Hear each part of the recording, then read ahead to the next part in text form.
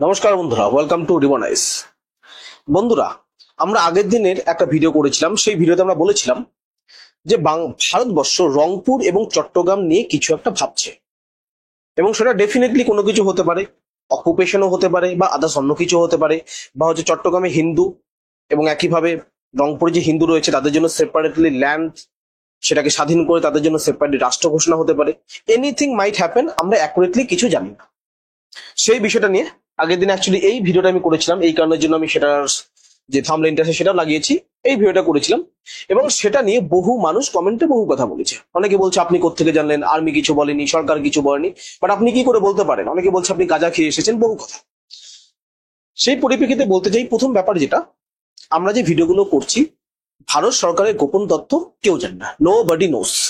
High লেভেলের political leaders এবং high লেভেলের গভর্নমেন্ট অফিসিয়ালস এবং ডিফেন্স অফিসিয়াল ছাড়া কেউ জানে না। তো আমরা কি করে বলতে পারি? প্রথমত, আমরা যে বিষয়গুলো বলি সেটা যে বিগত যে ঘটনাগুলো আছে এই বর্ডার সাইড গুলোতে এবং বাংলাদেশ এবং পাকিস্তান অ্যাক্সিস, বাংলাদেশ পাকিস্তান তুর্কি অ্যাক্সিস, বাংলাদেশের ভারত ঘৃণা, ভারতের বিরুদ্ধে আচরণ, এই প্রত্যেকটা বিষয়ের উপর ভিত্তি করে আমরা একটা কনক্লুশনের মধ্যে আসি। এবং এই কনক্লুশনটা যে আমরা আসি, এটা জাস্ট হচ্ছে নর্মালি আসি না। গ্লোবালি যত নিউজ চ্যানেল আছে বা গ্লোবালি যত পলিটিক্যাল অ্যানালিসিস্ট আছে, তারা এইভাবেই কনক্লুশন করে। সেটার বেসিসে আমরা একটা কনক্লুশনে আসি যে এরকমটা হতে পারে। আমরা বলছি যখন এটা ঘটবে, তার মানে যে ঘটেই চলেছে, আজকেই ঘটবে এমনটা না। এটা 5 মাস পরেও ঘটতে পারে, 1 বছর পরেও ঘটতে পারে, 2 বছর পরেও ঘটতে পারে। কেন, জিও পলিটিক্যাল ইভেন্টের কথা যখন আসে তখন আমাদের পাশের বাড়ির ব্যাপারটা থাকে না। পাশের বাড়ি কারোর সাথে আমার ঝগড়া লাগলো, ধূপ ধাপ মেরে চলে আসলাম, যে ঝগড়া করে চলে আসলাম। তো জিও পলিটিক্যাল ইভেন্ট এভাবে হয় না। জিও পলিটিক্যাল ইভেন্টের সময় লাগে 1 বছর, 2 বছর, কোনো কোনো ক্ষেত্রে 10 বছর পর্যন্ত লেগে যায় একটা দেশের আরেকটা দেশের কিছুটা জায়গা কবজা করার জন্য। রাশিয়ার এক্সাম্পল আমরা দেখতে পারি। ইউক্রেনের সাথে কতদিন ধরে সমস্যা? ইউক্রেনের সাথে কতদিন ধরে সমস্যা? অনেকদিন ধরে সমস্যা। ইউক্রেনকে বারবার বলছে, তোমরা কোনোভাবে ন্যাটোতে যাবে না, ন্যাটোতে যাবে না, ন্যাটোতে যাবে না। ইউক্রেন রাশিয়ার কথা শুনলো না। আলটিমেটলি 10-15 বছর পরে রাশিয়া বাধ্য হলো ইউক্রেনকে আক্রমণ করে। ইউক্রেনের প্রায় অর্ধেক জমি রাশিয়া অলরেডি দখল করে বসে আছে। তো যারা বলছে যে এর মধ্যেই কিছু হয়ে যাবে, এরকম কেউ বলতে পারে না। জিও পলিটিক্যাল ইভেন্ট যেটা আছে সেটার সময় লাগে আনফোল্ড হওয়ার জন্য। ইট টেকস সাম টাইম। তো আমাদের সময়ের জন্য অপেক্ষা করতে হবে। এখন বাংলাদেশ প্রসঙ্গে যখন আসি, বাংলাদেশ প্রসঙ্গে যখন আমরা এই বিষয়গুলো বলি যে ভারতের নতুন পরিকল্পনা রংপুর চট্টগ্রাম দখল করবে, এগুলো সম্পূর্ণ আমরা যে নিউজ আছে, যে ঘটনাগুলো ঘটছে চিকেন নেকের আশেপাশের অঞ্চলে বা ভারত বাংলাদেশ রিলেশন সম্বন্ধে, বাংলাদেশের অভ্যন্তরীণ পলিসির মধ্যে ভারত ঘৃণা, হিন্দুদের উপর অত্যাচার, সেগুলোর বেসিসে আমরা বলি। এবং বেশিরভাগ ক্ষেত্রে এইসব জিনিসগুলো মিলে যায়। পাকিস্তানের ক্ষেত্রে যেমন বলেছিলাম, প্রথম থেকে আমরা আন্দাজ করছিলাম যে ঘটনা ঘটছে, কিছু একটা ঘটবে। এবং এটার সাথে আরেকটা জিনিস আমরা অ্যাড করি, সেটা হচ্ছে অ্যাস্ট্রোলজিক্যাল অ্যানালাইসিস। অ্যাস্ট্রোলজিক্যাল অ্যানালাইসিসও এখানে গুরুত্বপূর্ণ একটা ভূমিকা পালন করে। জ্যোতিষের মধ্যে একটা জ্যোতিষ রয়েছে যার নাম হচ্ছে মেদিনী জ্যোতিষ, বা ইংলিশে বলা হয় মান্ডেন অ্যাস্ট্রোলজি। সেটা অনুযায়ীও ধরা হয় যে কোনো একটা দেশের যে জন্ম ছক আছে, প্রত্যেকটা দেশের জন্ম ছক আছে, বাংলাদেশের আছে, ভারতবর্ষের আছে, পাকিস্তানের আছে, সেই জন্ম ছক কিছুটা কথা বলে। এবং এটার সাথে সাথে ভারতবর্ষের কিছু ভবিষ্যৎবাণী আছে। ভারতবর্ষের মহান মহান কিছু সাধু আছে, তাদের কিছু বুকস, তাদের বই লেখা আছে, সেই জায়গাতে ভবিষ্যৎবাণী করা হয়েছে। সেই ভবিষ্যৎবাণীর উপর ভিত্তি করে আমরা কিছু অ্যানালিসিস করার চেষ্টা করি। যেমন হচ্ছে এর মধ্যে একটা বই হচ্ছে উড়িষ্যার যে জগন্নাথ মন্দির রয়েছে, সেখানে একজন সন্ত অচ্যুতানন্দ দাস নামে একজন মহান সাধু ছিল। শ্রী চৈতন্য দেবের আন্ডারে সন্ত অচ্যুতানন্দ দাস, ঠিক আছে, তিনি একটা হচ্ছে বই লিখে গেছে উড়িয়া ভাষায়, ভবিষ্যৎ মালিকা। সেই বইটাতেও বলা হয়েছিল শেখ হাসিনার এরকম জায়গা পতন, শেখ হাসিনার পতন, বাংলা আরজি করে ঘটনা, এরকম বহু ঘটনা সেই জায়গাতেও বলা হয়েছিল। এবং সেই জায়গাতে এটাও বলা হয়েছে বাংলাদেশ থেকে ভারতবর্ষের টেররিস্টের একটা আক্রমণের ছক আসবে। এবং সেই গ্রন্থে বলা আছে 3 থেকে 4 মাসের মধ্যে বাংলাদেশ থেকে পশ্চিমবঙ্গে না হলে আসামের দিকটাতে কোনো টেররিস্ট হামলা হতে পারে। ভারত যদি আটকে দেয় টেররিস্ট গুলোকে, তাহলে খুব ভালো, নাহলে হওয়ার একটা বিশাল সম্ভাবনা আছে। এগুলো সেই বইগুলোতে বলা হচ্ছে। এবং অ্যাস্ট্রোলজিক্যাল গ্রহ নক্ষত্রের যে গোচর আছে সেইভাবেই যাচ্ছে। তো অনেক কিছুকে কম্বাইন করে আমরা এই বিষয়গুলোর দিকে উপনীত হই। তো আজকে নিউজের মধ্যে আসি। আগের দিন কি বলেছিলাম? এটা বলেছিলাম বাংলাদেশের নতুন মানচিত্র, মোদির সিল মোহর, ইউনুস ভয়ে কাঁপছে। এটা আজকের ভিডিও। আগের দিনে আমরা সেম বিষয়টা নিয়ে আলোচনা করেছিলাম। হেমন্ত বিশ্ব শর্মা যে ছিল আসামের মুখ্যমন্ত্রী, সে কিছু একটা বলে গিয়েছিল। সে বলেছিল যে বাংলাদেশের যে দুটো চিকেন নেক আছে, সেই দুটো চিকেন নেকও ঠিক থাকবে না, ইনট্যাক্ট থাকবে না, অক্ষুণ্ণ থাকবে না। হেমন্ত বিশ্ব শর্মা এটা বলেছিল। এবং সেটার উপর ভিত্তি করে আগের দিনে ভিডিওটা বলেছিলাম। আমি জানি না কজন দেখেছো, বাট অনেকে নেগেটিভ কমেন্ট করেছে, ঠিক আছে, পার্সোনাল অ্যাটাক করেছে আমাকে। যাই হোক, what ever be the reason, তারা করেছে। তো আজকে সেটারই একটা পুনরাবৃত্তি। কেন বলছি, হেমন্ত বিশ্ব শর্মা যখন বলেছিল যে বাংলাদেশে আক্রমণ করা উচিত, সেই নিউজটা আমরা আজ থেকে বহুদিন আগে, মোটামুটি 4-5 দিন আগে সেই নিউজটা আমরা দেখেছিলাম, ঠিক আছে? এই নিউজটা আমরা 4-5 দিন আগে, ঠিক আছে, 3-4 দিন আগে এই নিউজটা ঘটেছিল। আর নেক for a neck, Himanta Biswa Sarma reminds Bangladesh of its own chicken neck. Himanta Biswa Sarma বাংলাদেশকে নিজেদের চিকেনের গলা বা মুরগির গলার সম্বন্ধে স্মরণ করালো যে তোমরা যদি গলা নিতে চাও তাহলে আমরাও গলা নেব। এটা তো নিউজ হয়ে গেল। এই নিউজটা হয়ে যাওয়ার পরে আমি ভিডিও করলাম, সেটা সম্বন্ধে বললাম। উচিত কি ছিল, সেই জিনিসটা থেমে যাওয়া উচিত ছিল ইন্টারন্যাশনাল পলিটিক্স এর মধ্যে, কিন্তু সেটা থামলো না। সেটার পরে হেমন্ত বিশ্ব শর্মা আজকে নতুন একটা ঘটনা করে দিয়েছে। আজকে না, 22 ঘন্টা আগে, মানে গতকাল হেমন্ত বিশ্ব শর্মা টুইটারে এসে সেম কথাটা বলে দিয়েছে। এটার মধ্যে নতুন করে আবার আগুনে ঘি ঢেলেছে বলতে পারো। তো সেই পরিপ্রেক্ষিতে যারা বলছিল আপনি কি বলছেন, কোত্থেকে বলছেন, আমার সোর্স হচ্ছে এটা। হেমন্ত বিশ্ব শর্মা বারবার সেম জিনিসে ফোকাস করছে, এবং এবার যখন এই বিষয়টা ফোকাস করেছে, এটা আরো বেশি গুরুত্বপূর্ণ কিছু কারণের জন্য। কি কারণের জন্য গুরুত্বপূর্ণ, কেন আমরা বলছি এরকম হতে চলেছে, আজকের ভিডিওতে আমরা ডিটেলস আলোচনা করব।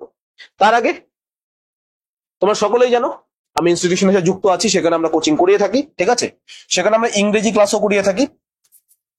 ইংলিশের জন্য কেউ যদি দুর্বল হয়ে থাকে তো ডেফিনেটলি আমার কোর্সে ভর্তি হতে পারে। ইংলিশ আমি শিখিয়ে দেবো 100% গ্যারান্টি।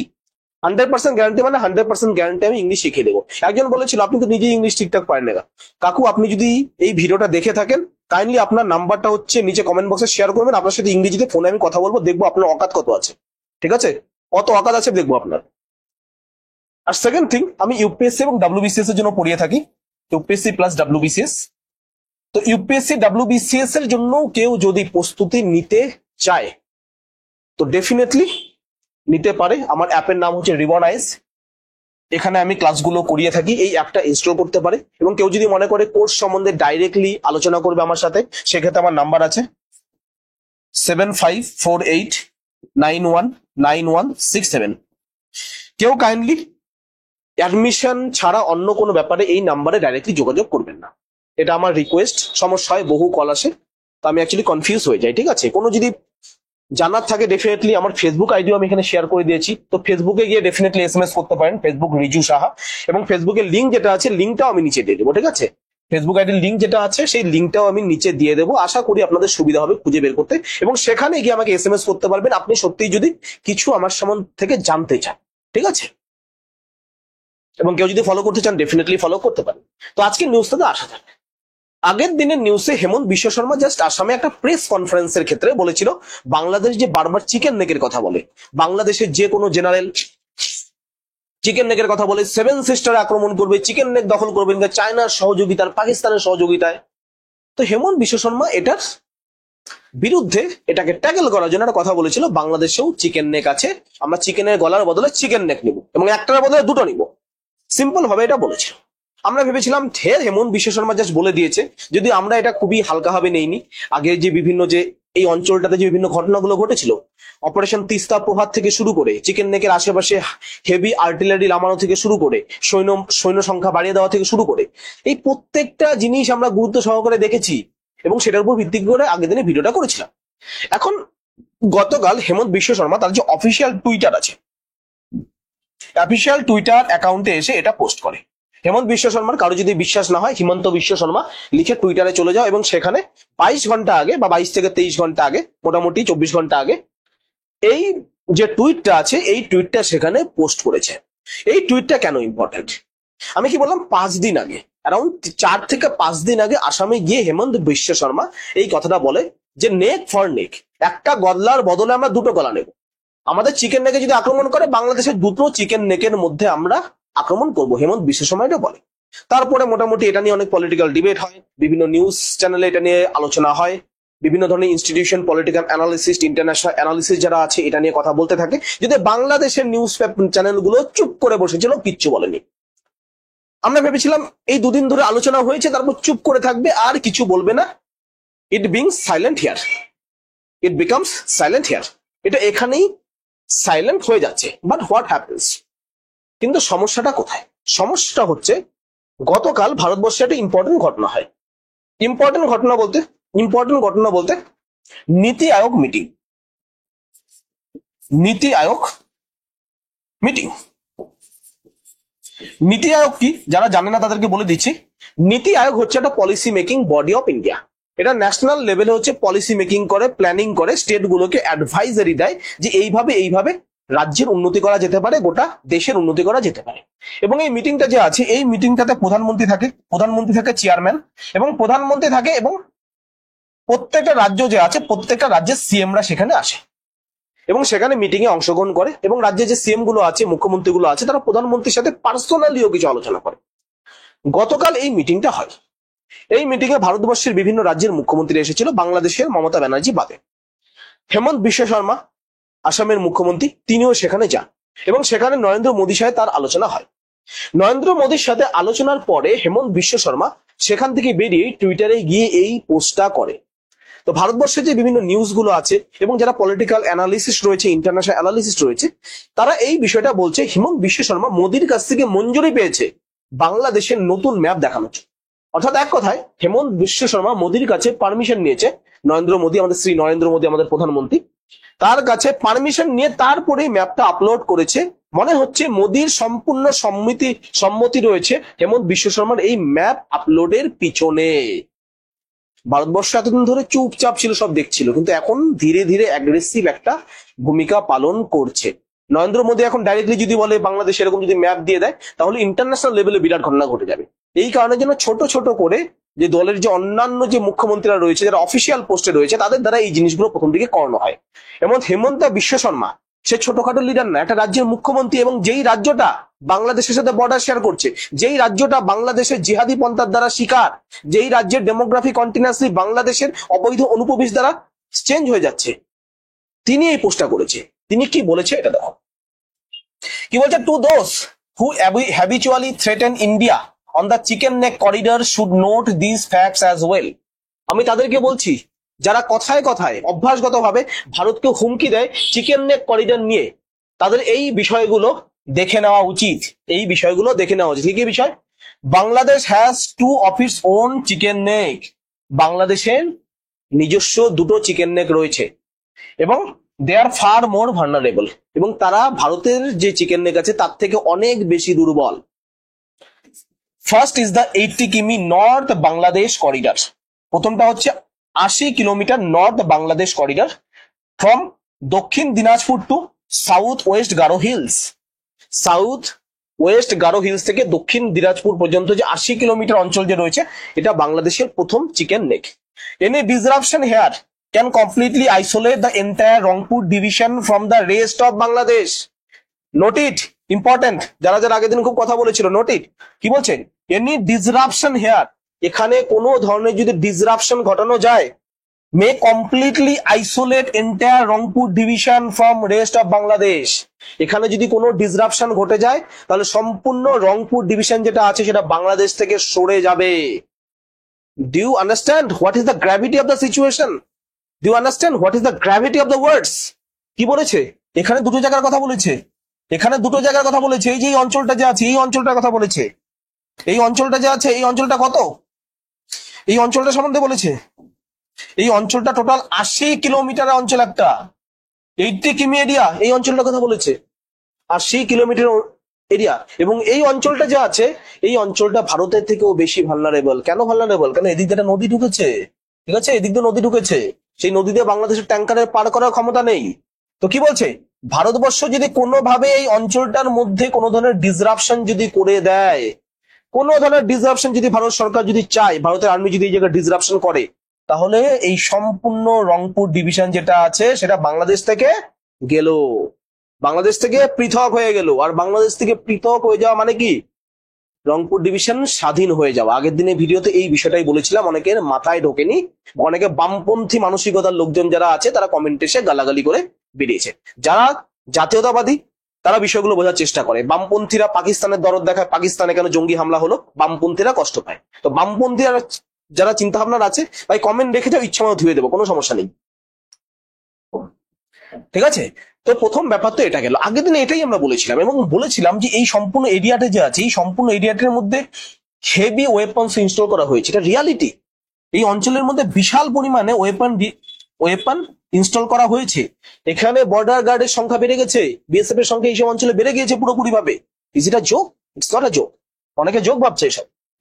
সেকেন্ড ইজ দ্য 28 কিমি চট্টগ্রাম করিডর। কয়টা বলছে? 28 কিমি Chittagong corridor from south Tripura till the Bay of Bengal. South Tripura থেকে বে অফ বেঙ্গল পর্যন্ত যে চট্টগ্রাম করিডর আছে সেটার কথা বলছে। This corridor smaller than the India's chicken neck. এই করিডরটা ভারতের চিকেন নেকের থেকেও ছোট। Is the only link between Bangladesh economic capital and political capital. এবং এই জায়গাটা যা আছে, এই জায়গাটা বাংলাদেশের রাজনৈতিক রাজধানী এবং অর্থনৈতিক রাজধানীর মধ্যে একমাত্র link. Message is very clear, message is very clear here, message is very clear. Simple ভাবে এই অঞ্চলটার কথা বলেছে। এই অঞ্চলটা মাত্র 28 কিমি এবং ভারতে যে চিকেন নেক আছে তার থেকেও ছোট। এবং ভারত যদি চায় এই অঞ্চল থেকেও এই জায়গাটাকে 2 ঘন্টার মধ্যে এটার মধ্যে ডিসরাপশন করে এটাকে সম্পূর্ণ ব্লক করে দিতে পারে। এবং এটা যদি ব্লক করে দেয়, এই ঢাকা যে আছে, ঢাকা আর চট্টগ্রাম যেটা বাংলাদেশের ফাইন্যান্সিয়াল ক্যাপিটাল বা ইকোনমিক ক্যাপিটাল, দুটো পুরোপুরি ভাবে সেপারেট হয়ে যাবে। বাংলাদেশ হাঁটুতে চলে আসবে। ঠিক আছে? এবং আরেকটা বিষয়, এখানে শুধুমাত্র এটা না, এবং এখানে এটা করার জন্য অলরেডি চট্টগ্রামের মধ্যে কিছু ঘটনা ঘটছে। আজকে আমরা একটা নিউজ পেয়েছি, চট্টগ্রামে যে হচ্ছে কুকি চীন যে রেজিস্ট্যান্ট ফ্রন্ট যেটা আছে, কুকি চীন ন্যাশনাল ফ্রন্ট, তাদের 30,000 ড্রেস বানানোর একটা কন্ট্রাক্ট আজকে বাংলাদেশে ধরা পড়েছে। 30,000 পোশাক বানানোর একটা পোশাক বানানোর কন্ট্রাক্ট ধরা পড়েছে। পোশাক বানানোর, তাদের মিলিটারি পোশাক বানানো, ইউনিফর্ম বানানোর কন্ট্রাক্ট ধরা পড়েছে। তার মানে কি 30,000টা পোশাক যদি বানায়, মিনিমাম 20,000 সেখানে হচ্ছে ফ্রিডম ফাইটার রয়েছে, স্বাধীনতা সংগ্রামী রয়েছে। আমরা তাদের বলবো না। বাংলাদেশি নিউজ পেপারে বলছে কুকি চীন জঙ্গি। বাংলাদেশি নিউজ পেপার গুলো কি বলছে? কুকি চীন ন্যাশনাল ফ্রন্টের লোক যারা আছে তাদেরকে জঙ্গি বলছে। আমরা তাদের জঙ্গি বলবো না, আমরা তাদের ফ্রিডম ফাইটার বলবো। আমাদের কাছে সিম্পল লজিক, কুকি চীন ন্যাশনাল ফ্রন্টের যারা আছে তারা চট্টগ্রামকে বাংলাদেশের স্বৈরাচারী শাসন থেকে বাঁচাতে চাচ্ছে, স্বাধীন হতে চাচ্ছে। তারা আমাদের কাছে ফ্রিডম ফাইটার। এই ফ্রিডম ফাইটারদের জন্য 30,000 ইউনিফর্ম বানানোর একটা কন্ট্রাক্ট দিয়েছিল এবং তার মধ্যে সেটা ধরা পড়েছে। 30,000 বানাতে দিয়েছিল, তার মানে মিনিমাম 15 থেকে 20,000 অলরেডি অ্যাক্টিভ আছে। এবং তার সাথে অনেক যুবক যুবতী যারা আছে তারা এটার সাথে যুক্ত হচ্ছে। এবং চট্টগ্রামে যেরকম ভাবে অত্যাচার চলছে হিন্দুদের উপরে, বৌদ্ধদের উপরে, খ্রিস্টানদের উপরে, এবং বেশিরভাগ যুবক যুবতী ধীরে ধীরে এটার সাথে অংশগ্রহণ করবে। এবং এখানকার এটা যদি এই যে দলটা যে রয়েছে, এই জাতীয়তাবাদী এই স্বাধীনতা সংগ্রামী যে দলটা রয়েছে, এই দলটার যদি এক্সপান্ড যদি আরো করে যায়, ভারতের আক্রমণ করার কোনো দরকার নেই। এরা নিজেরাই চট্টগ্রামকে পুরোপুরি ভাবে স্বাধীন করে দিবে। অলরেডি চট্টগ্রামের অবস্থা কি? এইটুক যে অঞ্চল আছে, এই যে এইটুক অঞ্চল আছে যেটা হচ্ছে মায়ানমারের সাথে চট্টগ্রাম শেয়ার করেছে, এই অঞ্চলে বাংলাদেশি আর্মি ঢুকতে পারে না। এই সম্পূর্ণ অঞ্চলের উপরে অলরেডি আরাকান আর্মি যে সম্পূর্ণ দখল করে বসে আছে। বাংলাদেশি আর্মি এখানে ঢুকতে পারে না। আরাকান আর্মি বাংলাদেশের ভিতরে ঢুকে দাদাগিরি দেখাচ্ছে এবং এই আরাকান আর্মি পুরোপুরি ভাবে সাপোর্ট করছে এই অঞ্চলের স্বাধীনতাকামী যেই দলগুলো আছে, সেই স্বাধীনতাকামী দলগুলোকে, এই স্বাধীন ফ্রিডম ফাইটার্সদের সাহায্য করছে। তো কোনো কিছু অসম্ভব না। এই আরাকান আর্মিকে সাপোর্ট কে করছে? ভারত সাপোর্ট করছে। এভরিওয়ান নোস, সকলেই জানে আরাকান আর্মিকে ভারত সাপোর্ট করছে। এভরিওয়ান নোস ভারত সাপোর্ট করছে আরাকান আর্মিকে। আরাকান আর্মি খুব ইজিলি চট্টগ্রামের মধ্যে ওয়েপন সাপ্লাই করতে পারে এবং ওয়েপন সাপ্লাই হলে যখন তখন চট্টগ্রাম আমরা দেখতে পারি স্বাধীন হয়ে যেতে পারে। এটার মধ্যে অস্বাভাবিক কিছু নেই এবং হেমন্ত বিশ্ব শর্মার কথার মধ্যে পুরোপুরি ভাবে এটাই লুকিয়ে আছে। এটাকে ডিকোড করতে হবে, অ্যানালিসিস করতে হবে, খালি বললে হবে নাকি? এটার মধ্যে একটা গভীর মিনিং লুকিয়ে আছে। ভারতে এর আগে কোনো অফিসিয়াল এইরকম কোনো বক্তব্য দেয়নি। This is for the first time যে ভারতের কোনো অফিসিয়াল লেভেলের একজন মানুষ, যে একটা রাজ্যের মুখ্যমন্ত্রী, সে বলছে বাংলাদেশ দখল হয়ে যাবে, বাংলাদেশের দুটো রাজ্য বাংলাদেশ থেকে বিচ্ছিন্ন হয়ে যাবে ভারত চাইলে পরেই। এটা কম কথা না, এটা অনেক বড় কথা। তারপরে কি বলছে? I am only presenting geographical fact that some May tend two forgot. আমি শুধুমাত্র একটা ভৌগোলিক কিছু তথ্য দিচ্ছি যেগুলো অনেকে ভুলে যায়। Just like India's Siliguri corridor, our neighbor country is also embedded with 2 narrow corridors. যেমন শিলিগুড়ি করিডর আছে, তেমনি আমাদের প্রতিবেশী রাজ্যেরও দুটো সংকীর্ণ করিডর রয়েছে, যেগুলো চাইলে যখন তখন আমরা সেপারেট করে দিতে পারি, স্বাধীন করে দিতে পারি। This is the gravity of the situation. এবং লিসেনার একটা কথা বলি, এখন প্রশ্ন, ভারত কি আগে থেকে আক্রমণ করবে? অনেকে কমেন্টে করেছে ভারত কোনোদিনও অ্যাগ্রেসর ছিল না। India was never an aggressor. আমরা সকলেই জানি ভারত কোনোদিন অ্যাগ্রেসর ছিল না, কিন্তু অ্যানসিয়েন্ট ইন্ডিয়াতে ভারতের ওরকম অনেক যুদ্ধ আছে যেগুলো ভারত জমির জন্য করেছে। অ্যানসিয়েন্ট ইন্ডিয়ান হিস্ট্রি বলে বোঝা যায়। মডার্ন ইন্ডিয়া অ্যাগ্রেসর না, বাট ভারতে তো এমনটা হতে পারে বাংলাদেশ থেকে কোনো একটা হামলা হয়ে গেল, তখন কি ভারত আক্রমণ করতে পারবে না? এবং বলছি এই বিষয়টাই হবে। বাংলাদেশের যেইভাবে জেহাদি শক্তি বেড়ে উঠছে, এটা দুটো দুটো জিনিস করতে পারে। ভারতকে প্রেশারাইজ করা যাওয়ার দুটো জিনিস করতে পারে। হয় ভারতের ভিতরে পশ্চিমবঙ্গ, আসাম, ত্রিপুরা এইসব অঞ্চলে গিয়ে কোনো জেহাদি আক্রমণ করবে, টেরিস আক্রমণ এই ধরনের কিছু করতে পারে, অথবা বাংলাদেশের ভিতরে যে হিন্দু সম্প্রদায় আছে তাদের সাথে 1971-এ যা ঘটেছিল সেরকম কিছু করতে পারে। Anything may happen. এবং সেই ক্ষেত্রে ভারত বাধ্য হবে বাংলাদেশের মধ্যে ঢুকতে, যেটা 1971-এ হয়েছিল।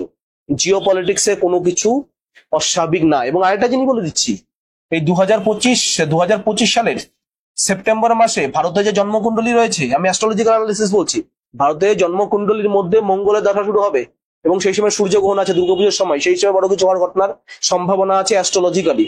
আমাদের ওয়েট করতে হবে, এবং দেখতে হবে কি ঘটছে। এবং যারা যারা বলছো আমরা বেসলেস কথা বলছি, আমরা বেসলেস বলছি না, আমরা যেসব নিউজ গুলো ঘটছে সেগুলোর উপর ভিত্তি করে ডটটাকে কানেক্ট করার চেষ্টা করছি। ঠিক আছে, তোমরাও পড়াশোনা করো, তোমরাও পারবে। পড়াশোনা না করে কিছু হয় না, পড়াশোনা করতে হয় এই কারণের জন্য। ঠিক আছে, very important to study. International relationship পড়ো, ইন্টারনাল সিকিউরিটি পড়ো, জিওপলিটিক্যাল অ্যানালিসিস পড়ো, ঠিক সব বুঝতে পারবে। ঠিক আছে, ধন্যবাদ।